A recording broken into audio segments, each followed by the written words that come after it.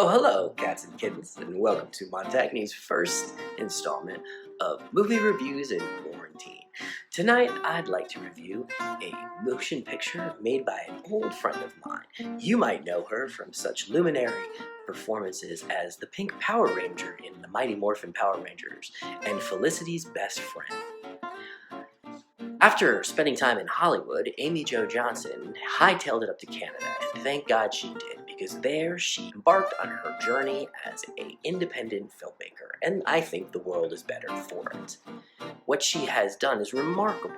She's made a movie that's depressing, that's funny, and I love it. This is not a pretty picture.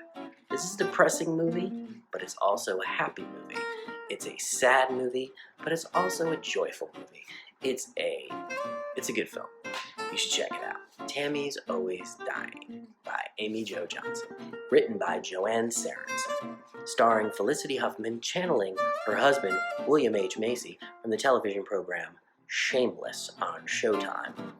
Basically what it's about is Tammy is a down-on-her-luck drunk who lives in a part of Canada that no one should ever visit, because everyone there seems to be sad and drunk all the time.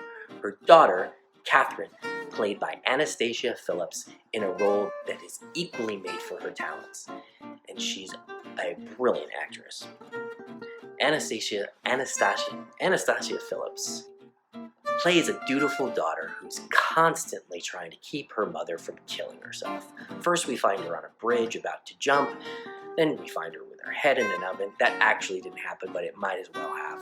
Basically, Catherine is stuck with a mother who could give a shit about her or anything else. Always saying horrible things to her daughter, cutting her down, making her feel terrible about herself. No, I'm not talking about the Trump family. I'm talking about Tammy's Always Dying. I think it's a recommendation for the quarantine. Why? Because in a time like this, we need to see people who are doing worse than we are. And that's definitely Tammy and Catherine. Now, you'd think that that is not a movie that someone would want to see during quarantine, but actually, it's extremely heartwarming and a tribute to the human spirit, because Catherine finds a way to get the fuck out. What she discovers is that there's a television program just like Oprah Winfrey's show, only whiter. But she ends up telling her story about her mother who's always trying to kill herself. That doesn't go over so well with the Canadian audience, probably go over well with the Tiger King audience, but what it ends up doing is setting her free from her mother, who's constantly in a state of absolute despair, and then finds out that she's got cancer.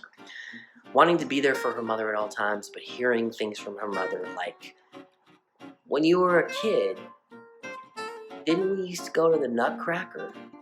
No, Ma, I was in the Nutcracker. Oh, well, we used to go there and we used to laugh at all the fat kids. Mom, I was that fat kid. I'm not really doing the dialogue and they didn't really nail the Canadian accent. But basically, what happens in this movie is nothing less than sheer brilliance, as Amy Jo Johnson has come a long way from her days playing the Pink Power Ranger to become a true artist, making a film that genuinely speaks to the human condition, about despair, about family struggle. The film also stars Clark Johnson, one of my favorite characters from Homicide: Life on the Street. And Lauren Holly plays a woman who is just like Oprah. Huh? It's my background. God damn. Lauren Holly plays the producer who tries to teach Catherine how to be a lot more depressing and a lot more sad than she already is with her life. I recommend this movie. Good acting, good cinematography, good story. Although sad, it still has an endearing quality about it. The relationship between the two women is not exactly what you'd call a match made in heaven as far as a mother and daughter are concerned. At the same time, it does show that their love for each other at the end of the day keeps Tammy from killing herself, when she probably definitely should. It's streaming now on Apple, Prime, your mama's ass, wherever you can find movies, it's there. So check it out. This has been a movie review in quarantine by your old friend Montagne. I'm gonna go get drunker.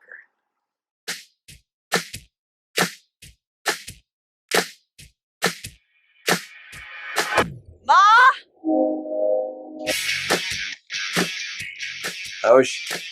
You have a hole in your wall. It's the size of a head. It's the size of my head. Ma! Come down! What are you gonna stick your head in the oven at the end of every month? Yeah, I just set it to a cool 375 and bake my skull like a Thanksgiving turkey. Yeah! Oh! I'll treat you. Who's mine? I'll pay you back when I get my check. I'm dying. What? Best case scenario, you have 6 to 10 months. I don't like her.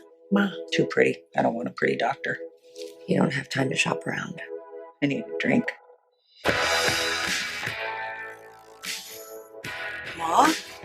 Ma? Ma! What the? I thought you were what? Dead? Don't look so excited about it. Remember when you played the flute? Yeah, I remember. Yeah, you were awful. I'm leaving. What? You don't know what she's like. This isn't about her. This is about the woman you become when this is all over. What about the woman I am now? What about her? You can either be the hero or the victim of this narrative.